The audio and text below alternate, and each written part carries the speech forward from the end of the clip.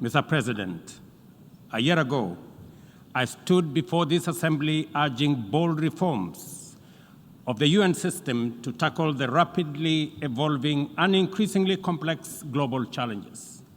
Today, that call is as urgent as it was then. The planet is heating up. Our climate is in crisis. Oceans are rising. Deserts are spreading, and conflict is engulfing the world. Millions are displaced, poor and without access to basic services.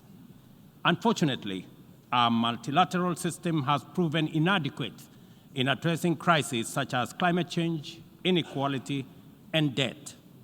And it continues to falter in providing any, let alone timely solutions. Without immediate action, humanity will face an unprecedented global crisis. Today, we have no choice but to reject outdated systems and reimagine a framework of international cooperation that works for all 8 million of us in the planet. This means redesigning international financial system, strengthening partnership for common security, bridging the digital divide, and investing in human capacity, especially empowering women and youth. The window to achieve this is, however, fast closing. The Secretary General's 2024 SDG report paints a dire picture. Only 17% of SDG targets are on track, largely due to unmet financial commitments, and developing countries, particularly in Africa and the Global South, are facing severe funding shortages, and the gap is widening. At the 2023 UN SDG Summit, we highlighted the urgent need to overhaul the global financial system. As we approach the fourth Financing for Development Forum in 2025, imaginative solutions for debt relief and development financing are essential to close the SDG gap.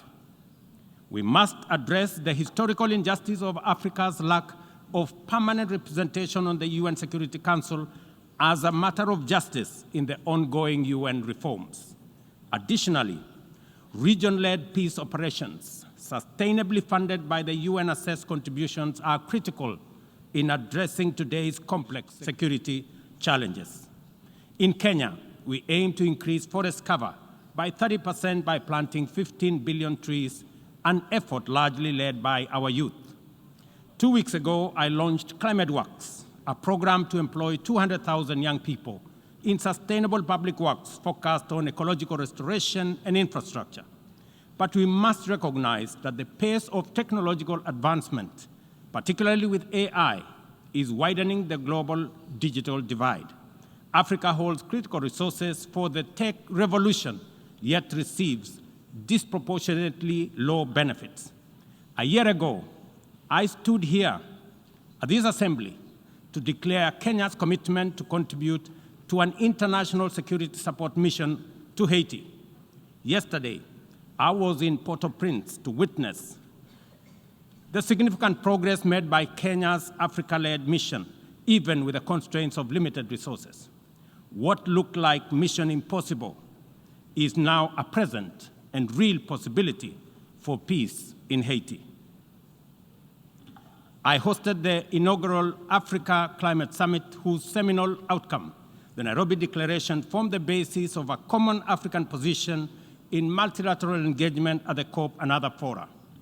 At the world's 21 21 Replacement Summit in Nairobi in April this year, the 17th AFDB replacement and IMF SDR rechanneling, we, together with African leaders, championed for significant enhancement of the concessional window of affordable financing available for developing countries to provide critical public services, undertake investment in economic transformation, and implement ambitious climate.